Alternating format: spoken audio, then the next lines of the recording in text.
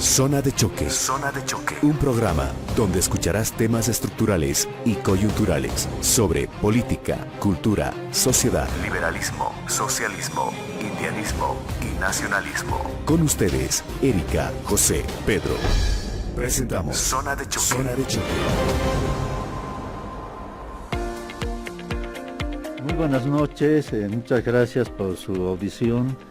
Estamos en la segunda emisión de nuestro programa Zona de Choque. Tenemos como invitado a Félix Encinas, es un antiguo militante de izquierda. Cuando la izquierda, hace no pocos años atrás, era una izquierda militante, combativa, él militó en las Fuerzas Armadas de Liberación Zaratehuilca, militante también de Pacha Insurgente. Entonces, nos vamos a conversar con él sobre qué es lo que pasó con este tipo de izquierda que ha desaparecido.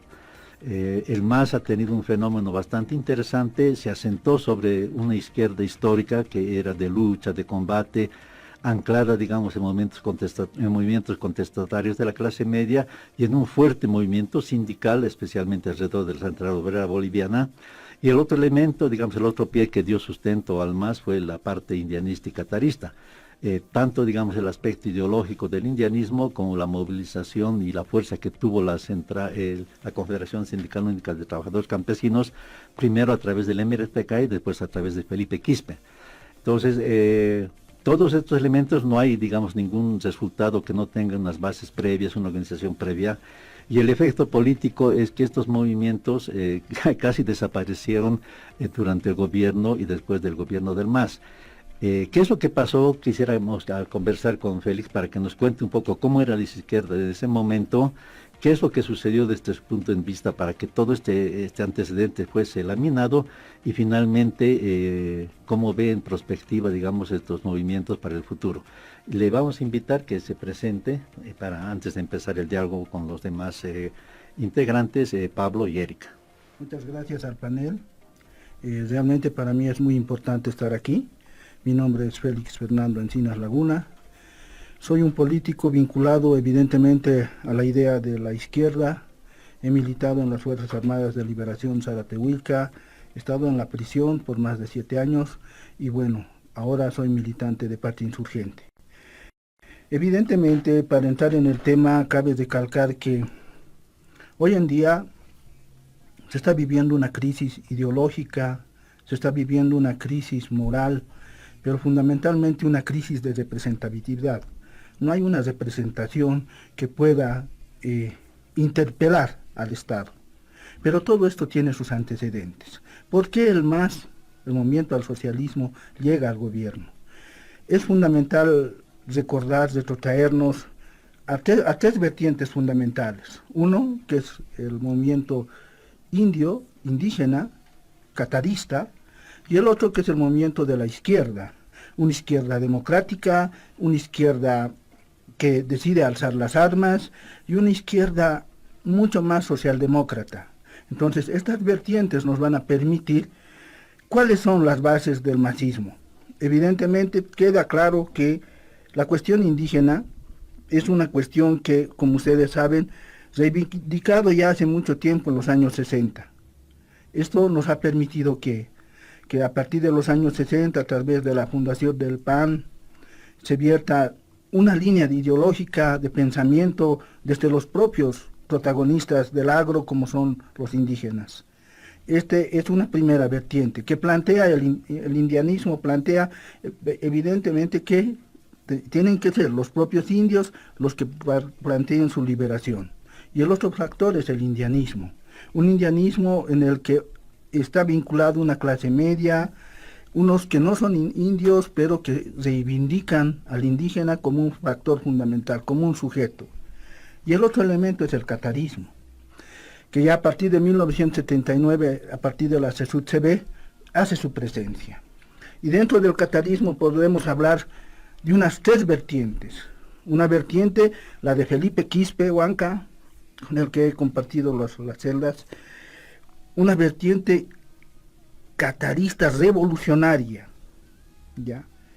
Él nos planteaba el sistema comunista de Aylus, una vertiente también de víbora, un catarismo de víbora representado por Fernando Untoja, que nos plantea la perspectiva del capitalismo como una forma de realización del mundo aymara, fundamentalmente, donde la propiedad privada y la libertad del mercado es esencial para este catarismo de víbora.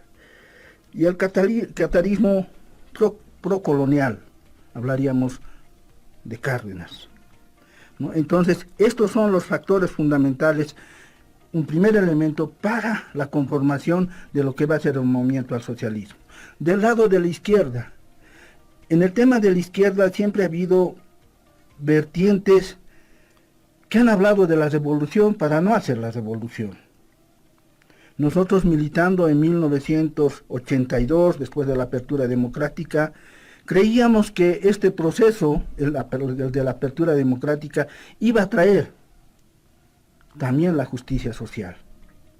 Pero en el andar del tiempo hemos visto que no era posible, y con la caída de la UDP, con la relocalización de los mineros, empieza el debate de esa izquierda de cafetín, de esa izquierda panfletaria, de esa izquierda capillera, ¿no? Entonces, dentro de este contexto, podemos rescatar la formación del Partido Comunista en sus dos vertientes, el movimiento de la izquierda revolucionaria, el MBL, toda esta izquierda democrática que apostó en algún momento dado también por el neoliberalismo, vinculándose a los gobiernos de turno en su época.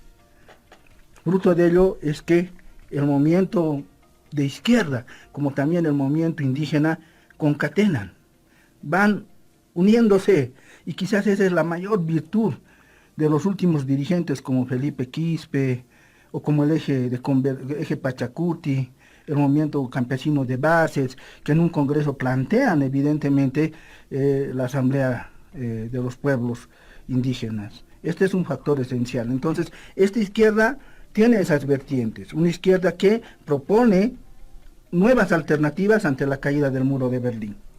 Muerto el socialismo real, la izquierda empieza a pisar tierra y a leer de cómo es su realidad. Que no era solo el sector obrero, que no era solo la dictadura del proletariado, que no era solo el trabajo, la fuerza de trabajo y la explotación. Entonces, en ese marco, en ese contexto, es que el movimiento al socialismo se va nutriendo. La relocalización minera, ¿qué ha permitido? Que ha permitido que muchos mineros migren a las ciudades, al campo, al Chapare, a los yungas, se vuelvan productores de coca, pero consigo han llevado una mochila, la mochila de su reivindicación socialista, izquierdista. Perfecto. Entonces, bueno, es un breve repaso de lo que era la izquierda antes que llegue más al poder. ¿Qué reflexiones nos da en este espacio, Pablo? Bien, a mí más que reflexiones me surgen muchas dudas, ¿no? Primero, porque digamos, esa idea de que una izquierda sea buena y otra izquierda sea mala, poco nos hace pensar en cuál es el origen, ¿no? Por ejemplo, para todas las personas que nos oyen, un saludo, y también para los que nos ven. La izquierda tiene diferentes corrientes, ¿no? Por ejemplo, hablaba del Partido Comunista, las guerrillas que se han presentado y demás, y por ejemplo, antes del MAS todavía se mantenían estas diferencias entre las izquierdas, una más, aunque ya había pasado la Guerra Fría, algunas que eran más pro-pequineses, pro-soviéticas, etcétera, que en Bolivia todavía existían, ¿no? Y parece que en alguna medida a Félix, conociéndolo, digamos, mantiene ese discurso de los años 80, de esa izquierda, ¿no?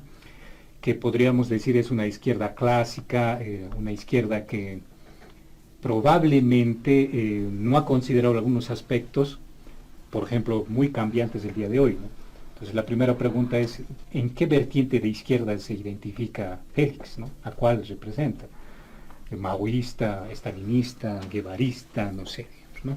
Y la otra, importante un poco para poder dar a conocer con el público, es considerar cómo ve a la izquierda actual. Se ha dicho muchísimo, ¿no? En el Perú, antes, con el MAS, de hecho, se ha hecho una crítica muy profunda a propósito de las declaraciones de Álvaro García Linera, sobre, por ejemplo, qué se puede hacer con el Estado, con la economía, qué se hace con los empresarios. Entonces, mucha gente de izquierda clásica comentaba, digamos, que Álvaro García Linera y todo su grupo en realidad son una izquierda de cafetín, ¿no? O en el Perú le dicen la izquierda caviar también, ¿no? ¿Por qué? Por la inconsecuencia de que probablemente pertenecen a un sector social distinto al que quieren representar. Entonces, en ese entendido, ¿cómo consideraría Javier a esta izquierda, ¿no? Yo creo que sobre esas dos cuestionantes me movería inicialmente. Erika, tomando en cuenta que ahora las ideas políticas son distintas de esa época, ¿cuál es tu enfoque, digamos, cómo crees que podría ser valiosa la experiencia que Félix nos puede aportar? Tengan todos ustedes muy buenas noches. Un placer tener la oportunidad de reflexionar esta temática porque yo considero que el movimiento indígena tiene una trayectoria mucho más larga que simplemente la de 1990 en adelante.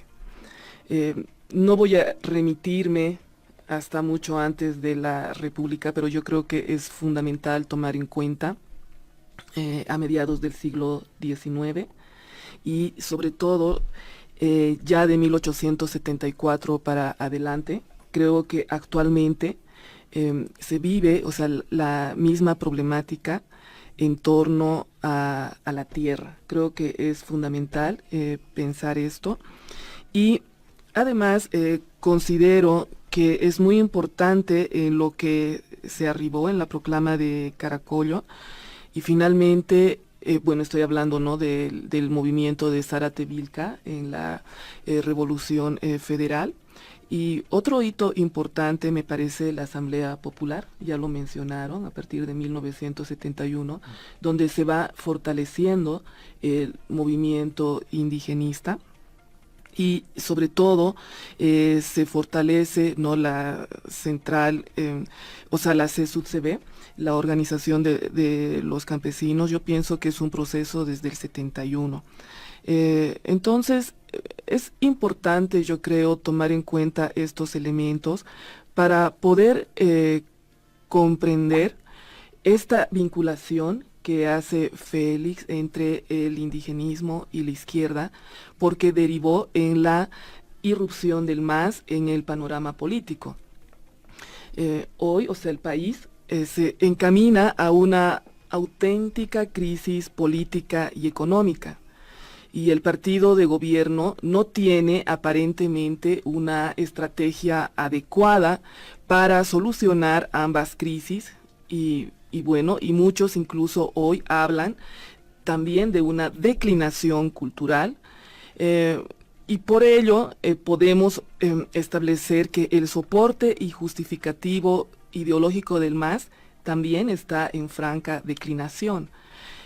¿Cree usted, Félix, que un sorpresivo movimiento de unidad del MAS bajo Andrónico Rodríguez podría neutralizar las tendencias de la crisis?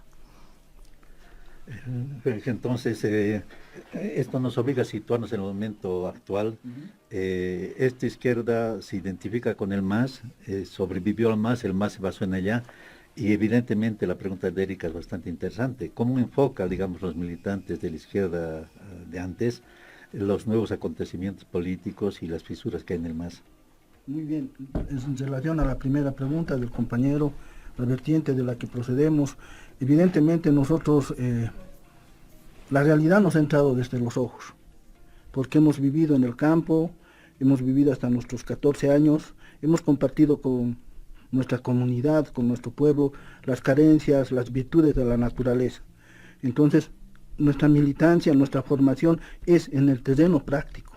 Cuando venimos a la ciudad y nos incorporamos a la unidad educativa, entramos al colegio Ayacucho y se viene el golpe de García Meza, es ahí donde nosotros probamos nuestra lealtad al pueblo. Y mucho más antes, en 1979. Yo me declaro un marxista guevarista zaratista. Soy zaratista desde la perspectiva indígena y soy guevarista desde la perspectiva marxista, ¿no? Eso en primer lugar. Bueno, sobre la izquierda actual, este es un elemento fundamental. Y hay que analizar lo que ha sido el movimiento al socialismo. Evidentemente el movimiento como movimiento no es una estructura partidaria, es un movimiento donde ha logrado componerse de diferentes vertientes, el indigenismo, el indianismo, la izquierda democrática, la izquierda que alguna vez alzó las armas, etcétera. De ahí se ha compuesto, ¿no? Y el factor fundamental de la composición de esta izquierda que ha claudicado al interior del MAS, porque no ha hecho prevalecer sus principios, al igual que el movimiento indígena. Y por lo que ha optado, y lo ha dicho clarito García Linera, su discusión sobre lo que realmente quería García Linera, y en la prisión lo decía, era la conformación de un Estado aymara, al margen del Estado boliviano. Pero lo más triste es que Linera se devela en su realidad al plantearnos el capitalismo andino. Y ahí la izquierda, al interior del MAS, como el movimiento indianista, indígena, al interior del MAS, no han tenido la capacidad ideológica, política, de enmendar, de rectificar el proceso. Esta izquierda que hoy día milita en el MAS es una izquierda derrotada. Es una izquierda que tiene que ser renovada por nuevas generaciones de jóvenes que planteen desde la perspectiva de la realidad nuevas propuestas. Entonces es una izquierda caduca, al igual que el movimiento indígena al interior del MAS. Pero hay una vertiente que se salva, y es esa vertiente, y nosotros siempre lo hemos dicho, en este proceso de cambio que se ha degenerado en etnonacionalista, en pachamámico. Los militantes que hemos sido consecuentes con nuestros planteamientos ideológicos y políticos, no hemos metido la mano ni la pata en este proceso. Entonces todavía tenemos autoridad moral para plantear y cuestionar esta situación a esta izquierda caduca, vencida por el tiempo. En relación a la situación de la unidad al interior del movimiento al socialismo, el movimiento al socialismo le ha hecho un gran daño a los movimientos sindicales sociales. Para nosotros la percepción de un movimiento social sindical debería tener la autonomía en movimiento, porque esto le permitiría en algún momento cuestionar las malas políticas aplicadas por el Estado. Lo que ha hecho el MAS es dividir, fraccionar al movimiento sindical, al movimiento de los sociales, al movimiento social, y hoy tenemos lo que tenemos. Un movimiento social, un movimiento sindical incapaz de plantear cosas nuevas, muy sometido a los planteamientos del Estado. Ese es el primer error que ha cometido el movimiento al socialismo a la cabeza de Evo Morales, a la cabeza de García Linera y a la cabeza del actual presidente. ¿Qué ha permitido esto? Una desmovilización. Yo les voy a contar algo fundamental. 5 días antes de que Evo Morales sea posesionado como presidente, nosotros hemos tenido varias reuniones con Raúl García Linera. Y en algún momento éramos compañeros que habíamos estado en la prisión, compañeros campesinos que los hemos conocido en la lucha, que apenas habían vencido el 4º curso de primaria, pero que en las cárceles se formaron y tuvieron la capacidad de superarse. Muchos de estos compañeros le plantearon una cuestión fundamental antes de que García Linera asumiera el cargo de vicepresidente. Está bien, se llega al gobierno y nosotros, como militantes revolucionarios, tendríamos que, en primer lugar, formar cuadros al interior de la administración pública. Evitar la corrupción nombrando comisarios políticos en cada uno de los ministerios, viceministerios para el control. Ese fue nuestro pecado, porque luego fuimos excluidos de toda esta propuesta. Si el MAS hubiera tenido, y los dirigentes principales, ideólogos del masismo, hubieran tenido la capacidad de manejar de manera diferente la conformación de los movimientos sociales, la conformación de un control social desde las bases de los sindicatos a la esfera estatal, hoy día no viviríamos lo que estamos viviendo. La unidad del masismo, y esto hay que tener en cuenta, todo es posible en política. La política es el arte de lo posible. Capaz al final se unan, pero el daño está hecho. Yo he venido de hace días de las comunidades indígenas, porque nosotros tenemos ahí nuestras bases. Antes nuestros hermanos se vestían del color azul. He asistido a una reunión y las hermanas y hermanos, las hermanas fundamentalmente, ya no se ponen el azul. Ellos saben que este proceso de cambio se ha ido al despeñadero. ¿Por culpa de qué? De la corrupción, de la prebenda y algo esencial, de la falta de formación de cuadros políticos, ideológicos, capaces de manejar el Estado. El masismo, el levismo, el garcialinerismo nunca han querido la formación de cuadros, y este es el resultado. En política todo es posible, capaz, al final del camino, antes de cerrar la convocatoria de elecciones de las inscripciones a candidatos, se unan. Porque, ¿saben? Ellos van a ser los que van a llenar las cárceles. No por rebeldes, por corruptos. Erika, ha dejado todavía pendiente tu pregunta, que me parece muy interesante, sobre Andrónico, ¿no es cierto? Pero nos presenta una interpretación interesante sobre lo que sería el fracaso del MAS. El MAS no habría reproducido la izquierda tal como se concebía en esa época, sino habría sido un experimento que aparentemente ha colapsado ahora, ¿no es cierto? Pero que de repente presenta aristas de diferente índole. ¿Qué es lo que tú opinas? Sí, yo considero que la interpretación que podamos hacer de la historia y las perspectivas no deben ser lineales, porque yo considero que todo movimiento tiene avances y retrocesos. Como bien menciona Félix, y él dice que en política todo puede pasar, pues justamente me hace recuerdo al Pacto Obrero Campesino de 1971, que se fortaleció la representación indígena para participar en la Asamblea Popular, pero asimismo, cuando llega el golpe de Hugo Banzer Suárez a Barrientos, justamente quienes legitiman para dar gobernabilidad a este gobierno es el MNR y la Falange Socialista Boliviana. Por lo menos hasta el 74, o sea, coadyuvaron en este proceso. En ese sentido, yo considero que si bien hay fisuras, hay fracturas, pero como bien dice Félix, o sea, el movimiento indígena, o sea, está presente, y yo considero que si bien hay podemos decir que hay un retroceso, pero yo no considero que este sea el fin. Además, tomando en cuenta la crítica que Pedro Portugal señala muy acertadamente, y además que él reflexiona sobre el culto a la Pachamama en esta última década, pues justamente este culto ha derivado en una ideología justificatoria de cualquier decisión política. Por ello digo que es muy acertado lo que señaló Pedro Portugal, y en este sentido, Félix, ¿cree usted que el pachamamismo tiene una relevancia real? Y además, ¿cómo podríamos vincular con el movimiento de Andrónico Rodríguez esta temática? Pablo, no sé. Sí, bueno, yo diría que, bueno, crudamente, no me voy a poner del otro lado en esta discusión, al lado de la derecha y no de la izquierda. La pasada vez hacía al revés, ¿no? Tratar de cuestionar un poco algunos desvaríos que tiene el liberalismo, por ejemplo el estilo Milei, y ahora también escucho, ¿no?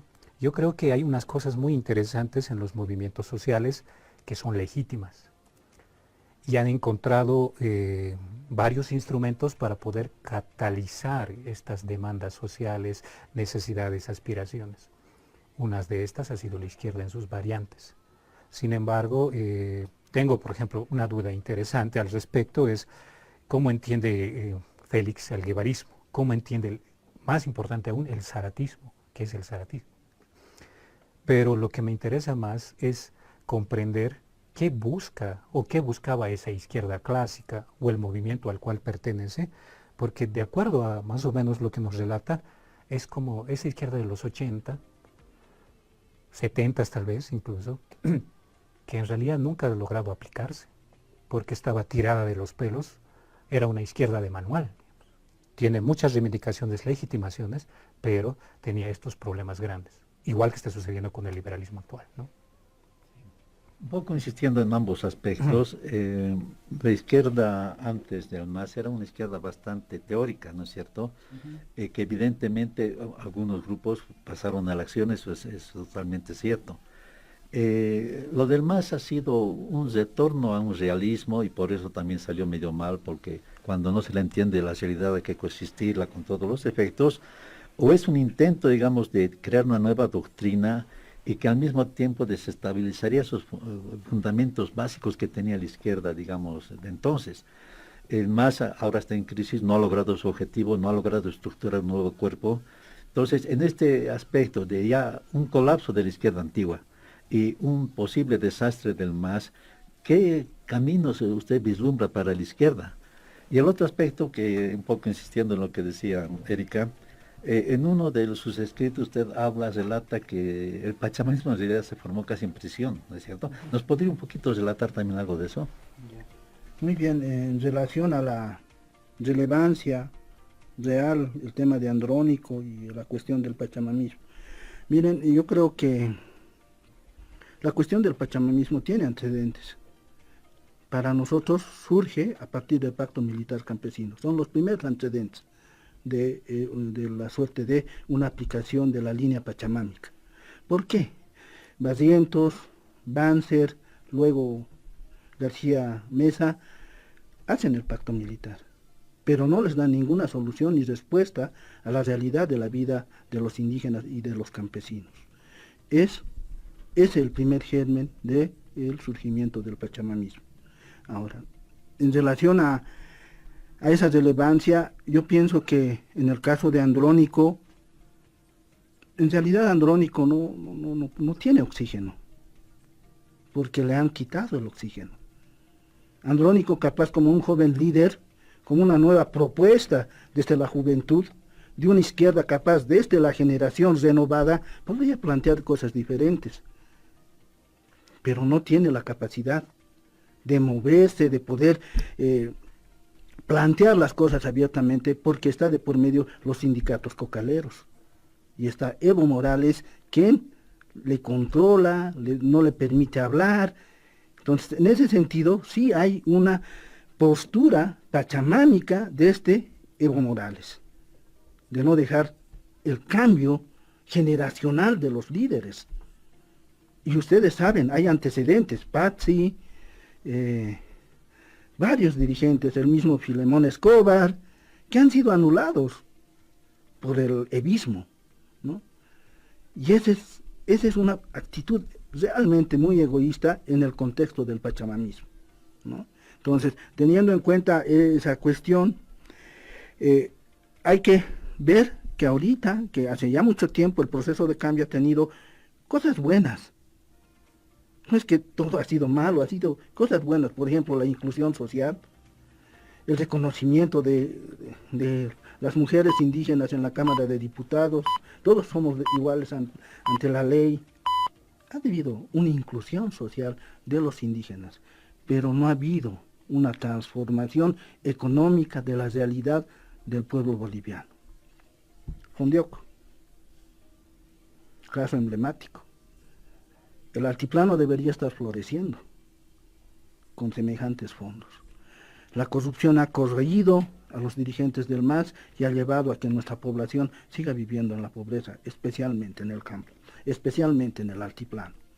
No podemos hablar mucho del oriente, porque ahí están los agroindustriales, ¿no es cierto? Entonces, esa versión pachamámica, esa actitud pachamámica ha desviado totalmente la línea que debería haber seguido el proceso de cambio. Uno es eso, asumir la línea pachamámica. Dos, las termitas políticas. ¿Quiénes son las termitas políticas? Gente reciclada de la derecha, que han estado en función de gobierno, que han estado como funcionarios públicos, que desde adentro han implosionado el proceso de cambio. Estas termitas políticas le han hecho otro daño terrible al movimiento, al socialismo, al proceso de cambio. Entonces, en ese sentido, yo pienso que si queremos una nueva propuesta, tiene que emerger de los movimientos sociales. tiene que emerger desde los sindicatos, pero no de unos sindicatos ni movimientos sociales sometidos a la esfera del Estado. Tiene que haber una autonomía de movimiento, del movimiento social sindical. El movimiento sindical tiene que ser ese factor que controle, una suerte de control social, que plantee desde las bases las aspiraciones de la gente. Y eso es en lo que ha fallado el movimiento al socialismo, porque nunca quisieron alternabilidad en el poder, ¿no? Y ahí está, esos son los resultados. Viendo a la segunda pregunta sobre cómo me defino, la izquierda de los 80, de los 70, evidentemente, ¿no? Nosotros somos hijos de la democracia, hemos luchado contra la dictadura militar, García Meza fundamentalmente, hemos sido dirigentes del Colegio Nacional San Simón de Ayacucho, donde nos han correteado.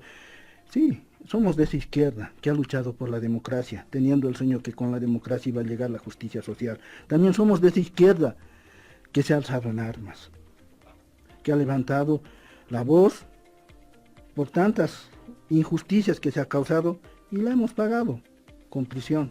Somos una izquierda que ha demostrado en los hechos sus principios ideológicos y su perspectiva de cambio. Esa izquierda somos. Somos zaratistas porque Zaratehuilca ha tenido la virtud de unir a los pobres.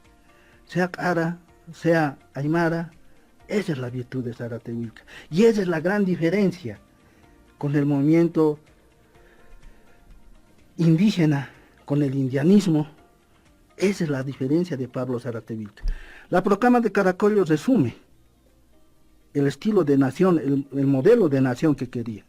Y Zaratehuilca ha combatido tanto a los aras ricos como a los camira aymaras indígenas, los ha convertido. Y desde esa perspectiva ha planteado una lucha de clases, identificando al enemigo, los chilenos aloncistas. Entonces, la comandancia de Zaratehuilca a través de los 3 Huilcas han logrado una epopeya militar después de Tupac Katari. Hay momentos constitutivos. Tupac Katari, la guerra de la independencia, Zaratehuilca, la revolución del 52, la Asamblea Popular, apertura democrática y Evo Morales, el masismo. Momentos constitutivos. Yo arriesgaría una pregunta, o sea, o más bien una interpretación. Vamos a suponer que el MAS se ha sentado, digamos, en 2 fuerzas, en una fuerza el indianismo catarista y otra fuerza la izquierda revolucionaria que había antes, pero estando en el gobierno no es posible que haya demostrado las insuficiencias en que ambas corrientes se asentaban. Es decir, que no hay una reivindicación étnica profunda, digamos así, visceral, y tampoco hay una conciencia de clase, ¿no? O sea, no hay un sindicalismo organizado, etcétera, a menos que creamos que el MAS ha sido una confabulación destinada a pervertir, digamos, estas corrientes y a utilizarlas. O sea, yo me imagino que como en todo proceso revolucionario, los grupos organizados han tenido la oportunidad de poder influir. Y el aparato, digamos que el MAS después degeneró evidentemente, como usted mismo lo recuerda, o sea, partían de bases revolucionarias. O sea, García Linera quería un Estado aymara, y García Linera pensaba antes de elucubrar sobre el capitalismo andino, ¿no es cierto? Él planteaba, digamos, una cierta forma de socialismo andino. O sea, ¿no será posible interpretar esto que la izquierda y las otras formas políticas han sido grupos de minorías fuertes, por supuesto, y radicales, pero desconectadas quizás de lo que realmente el movimiento sindical y el movimiento indígena quieren en el fondo? Miren, todo pasa por una cuestión fundamental. En este proceso de cambio, no hemos tenido la capacidad de crear recursos humanos capacitados. La ciencia ha sido marginada, la educación ha sido aplazada. No, el movimiento indígena, el movimiento de izquierda ha sido arrinconado, precisamente por las termitas políticas. La implosión que hoy vivimos al interior del masismo es el resultado de un trabajo realizado, hasta yo sospecho, de la inteligencia americana. No podemos llegar a tanta implosión. Otro factor fundamental es la cuestión de la economía. Evo Morales y el marxismo nos ha dicho que teníamos gas para tiempo. Ellos sabían que no lo teníamos. Ellos han permitido que las empresas que explotaban el gas no hagan exploraciones en otros lugares. Y ese es el resultado. El marxismo, la dirigencia sindical del MAS, es responsable de la crisis económica que vivimos, porque no han pensado en el cambio del eje económico. A estas alturas de lo que estamos viviendo, debería haber habido un cambio del eje económico. El mutum, el litio, no tenemos. Y esa es la razón de nuestra crisis. Perfecto. Antes de continuar, hacemos una pequeña pausa publicitaria.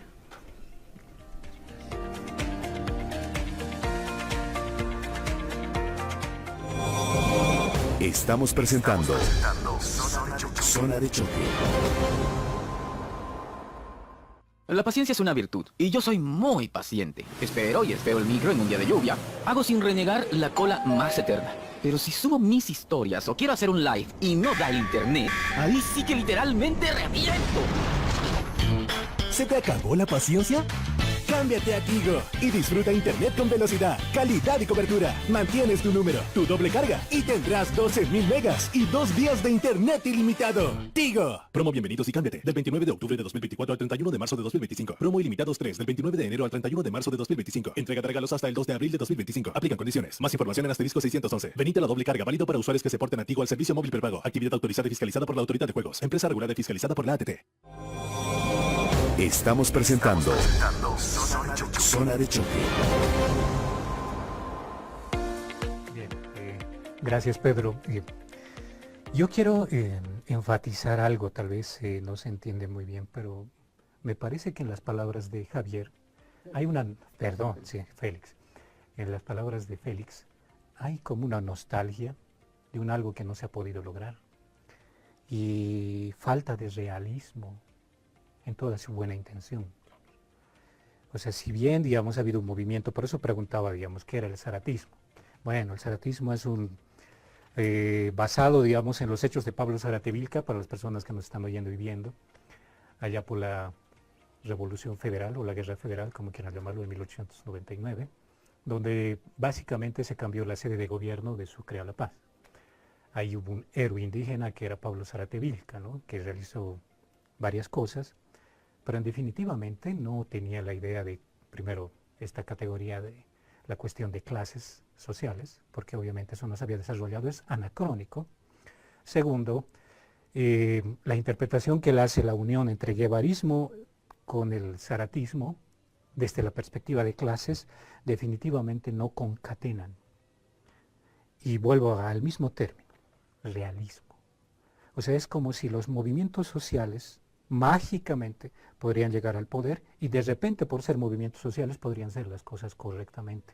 Y la derecha mala que ha entrado al gobierno ha sido la que ha corrompido todo este proceso de cambio y demás, que igual parece irreal, mi estimado Félix. O sea, es irreal. Falta realismo en sus palabras, porque los dirigentes campesinos con el pacto militar campesino eran corruptos, han sido llevados después de la Revolución Nacional a varios conflictos internos. Algunos han apoyado los golpes militares, otros no, se han dividido, etcétera, etcétera. Después, cuando entramos en la democracia, los dirigentes campesinos y las ciudades emergentes como la ciudad del Alto eran miristas, condepistas, etcétera. Se cambiaron azules, ¿no ven? Y ahora estamos volviendo a lo mismo, ¿no? Me acuerdo que hay un término muy característico después de la Revolución del 52, que era la champa guerra, entre los grupos de indígenas que eran manipulados por grupos políticos del MNR, el MNR revolucionario, etcétera, para poder pelearse entre ellos y disputar la representación política. Eso está sucediendo el día de hoy. Y el problema parece que en realidad no es tanto cuestión de clases, eso parece irreal el día de hoy también, porque no tenemos, por ejemplo, las condiciones sociales, materiales ni económicas para decir que haya clases como tal en Bolivia. Entonces, no sé hasta qué grado, qué busca este movimiento, esta idea de izquierda, qué sigue buscando el día de hoy, porque todo lo que se ha planteado en realidad no, ya se ha aplicado de alguna forma, pero no ha funcionado de ninguna forma tampoco. Erika, ¿algo para acotar?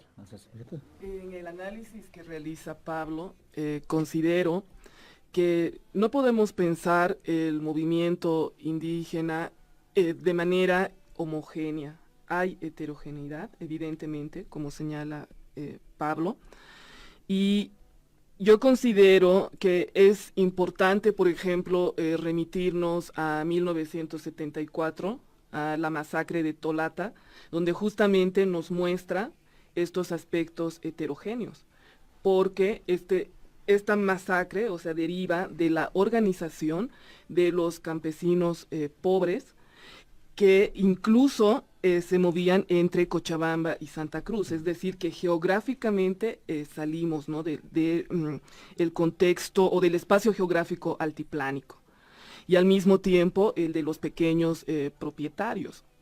Y por lo tanto, o sea, toda lucha, toda reivindicación también, o sea, tiene estos retrocesos, pero a la vez, lo que yo considero que podríamos pensar en el presente es justamente en lo que derivó el pachamanismo, como bien dijo usted, Félix, pensar el aspecto positivo y el aspecto negativo. El aspecto positivo se supone que es el núcleo, el principio, el eje para pensar el vivir bien como objetivo nacional, que es lo mismo que decir pensar el bien común, es decir, para los 11 millones de bolivianos.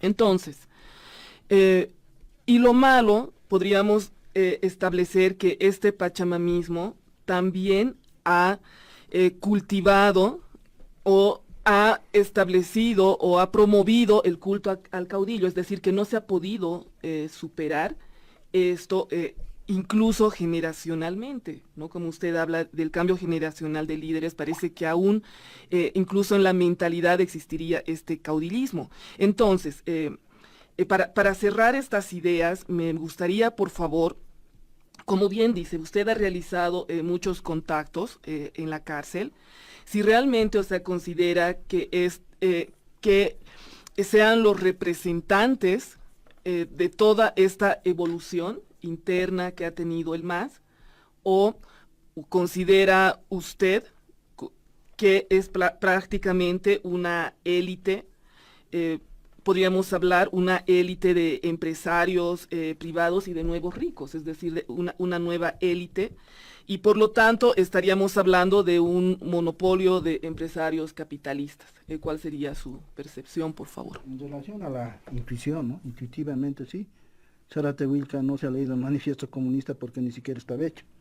1, 2, pero su intuición le ha llevado a vincular una lucha de campesinos pobres, de blancos pobres, que ha logrado construir en la proclama de Caracollo el tipo de Bolivia que quería.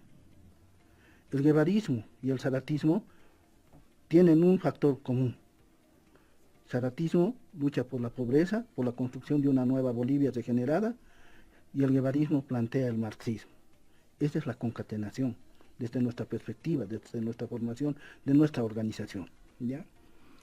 En relación a la cuestión de que el indígena, ¿cómo ha sido presentado el indígena ante la sociedad antes de que Evo asuma?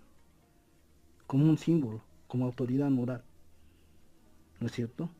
Pero el modo de vida que han llevado los dirigentes que han gobernado este país no han hecho mérito a ello. Y ese es el resultado que estamos viviendo. No es una cuestión maniqueísta, es la realidad. Es la realidad. El dirigente de la Central Obrera Boliviana, ¿cuántos años está? En otras épocas, si hubiera habido una formación de cuadros de dirigentes, ese dirigente no hubiera estado tanto tiempo. Ese es el tema.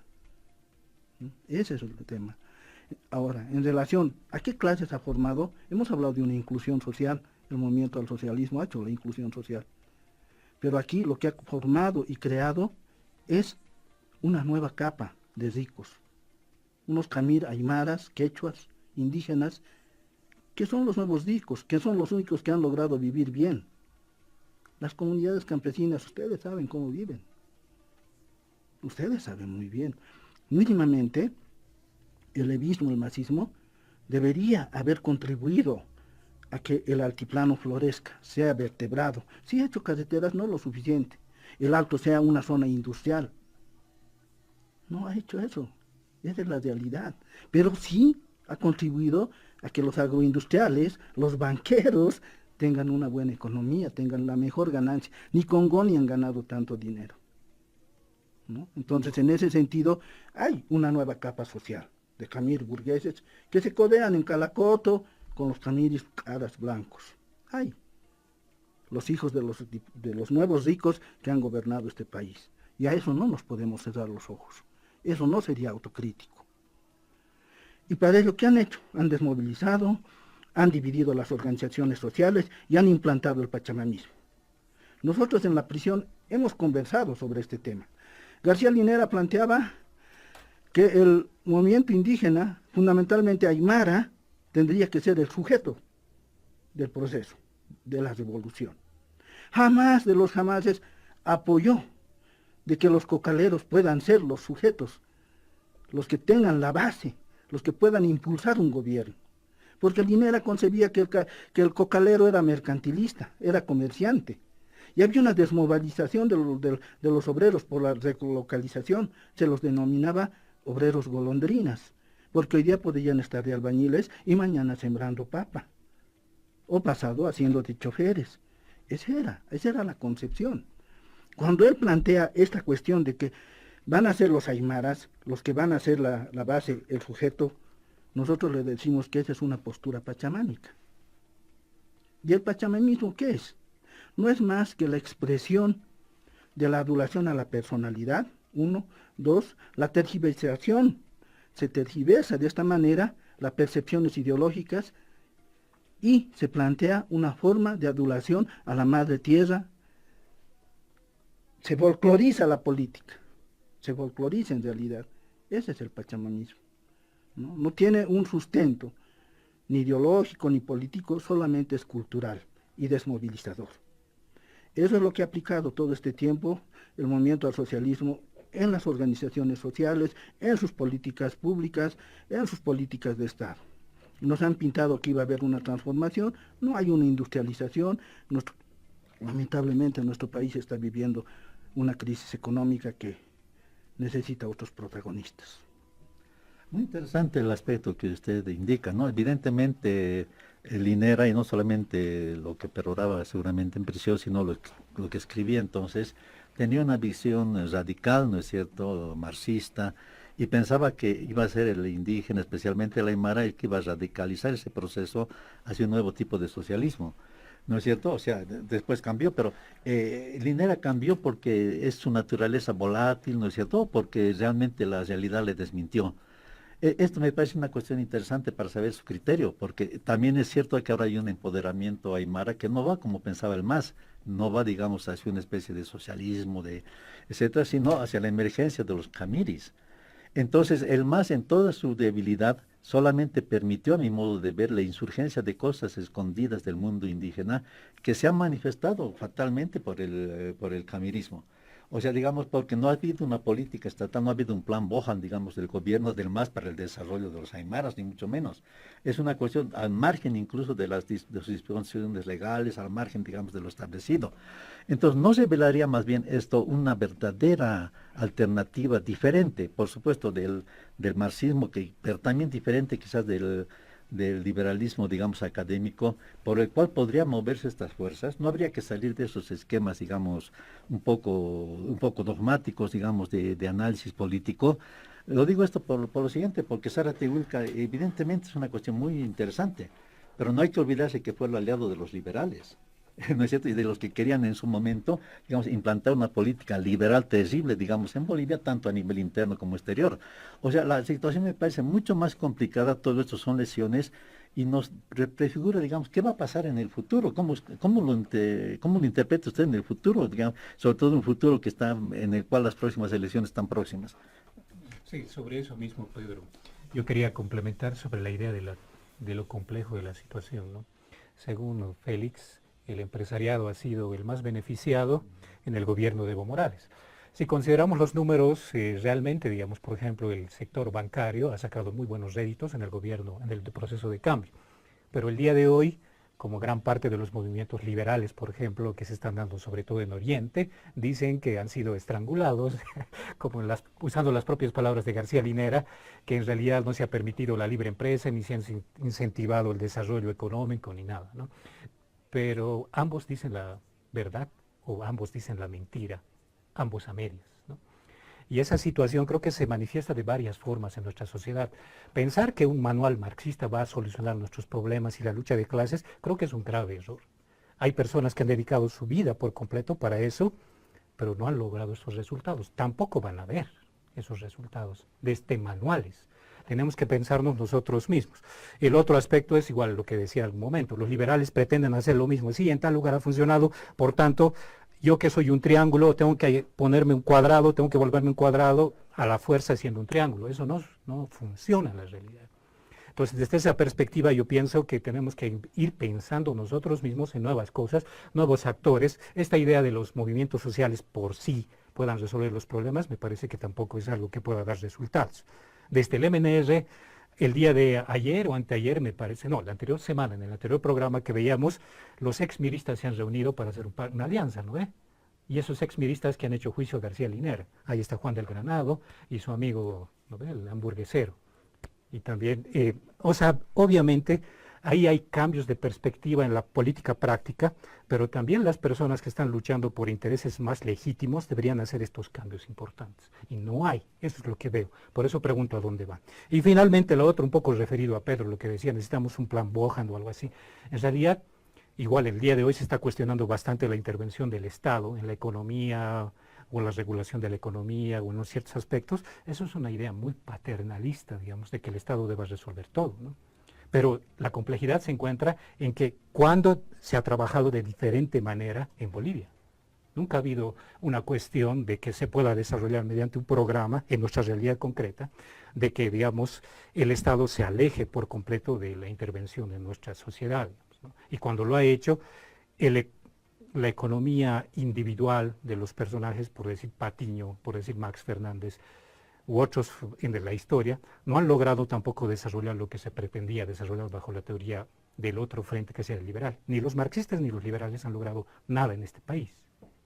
Bueno, mire, quizás un poquito para ver si hay alguna opinión de Kant que responda. Como señaló Pedro Portugal en referencia a la emergencia de los camiris y también yo diría la declinación del MAS, parece abrir una posibilidad a la derecha libertaria.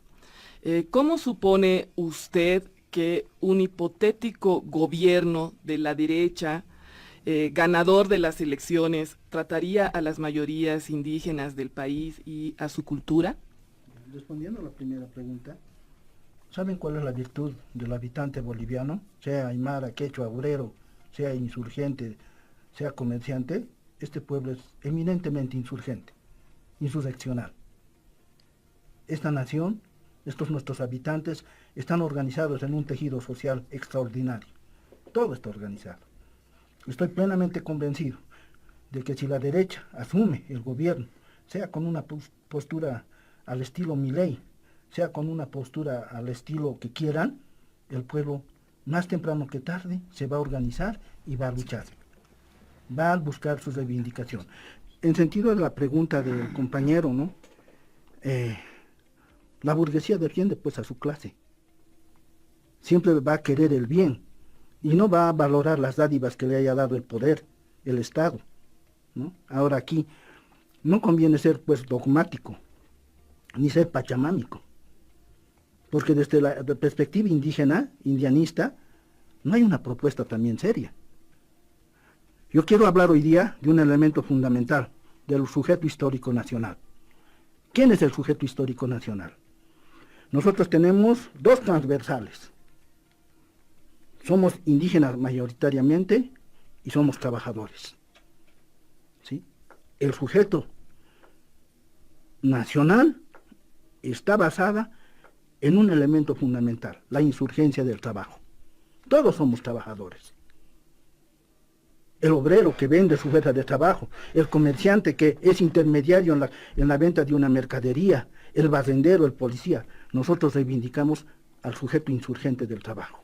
Y en eso está, con la transversal, le vuelvo a reiterar, de los indígenas, de los obreros. Eso conforma el sujeto insurgente. Y tenemos que reivindicar la insurgencia del trabajo. Evidentemente el Estado papá ha dado más a la burguesía blanca que al pueblo mismo. Es hora de que nosotros empecemos a autoorganizarnos en los micropoderes. El micropoder es una forma de iniciativas productivas, ya sean mercantiles, ya sean de producción, en cualquier faceta del trabajo. Y el Estado tiene que incentivar esta cuestión.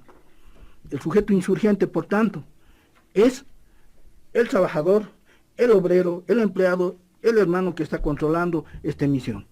Y reivindicamos a ese sujeto trabajador e insurgente, sin llegar a la clásica definición de la lucha de clases, sin llegar a eso.